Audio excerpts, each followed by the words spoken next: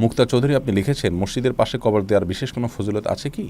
মসজিদের পাশে কবর দিলে তার কোনো বিশেষ ফজিলত এবং সুবিধা পাওয়া যাবে এরকম কোনো কথা কোরআন হাদিস থেকে জানা যায় না। মূলত আমাদের কবরে বা আলমে বারজাখে আমরা আল্লাহ রাব্বুল আলামিনের পক্ষ থেকে জান্নাতের নেয়ামত পেতে পারি দুনিয়াতে ঈমান আমলের চর্চার মাধ্যমে। আর আল্লাহ না করুন সেখানে জাহান্নামের আযাবের মুখোমুখি আমরা হতে পারি আমাদের দুনিয়াতে ঈমান আমলের চর্চা না থাকার কারণে।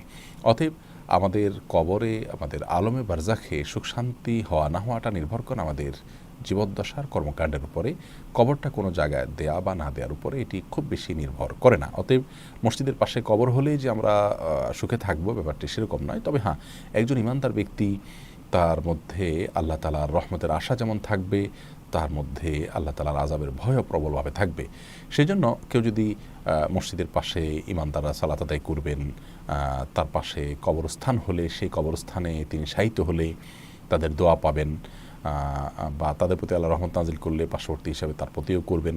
একজন ঈমানদার এরকম সুধারণ আল্লাহর প্রতি রাখবেন, বিভিন্ন বাহানা তালাশ করবেন, এটি দোষের কিছু নয়।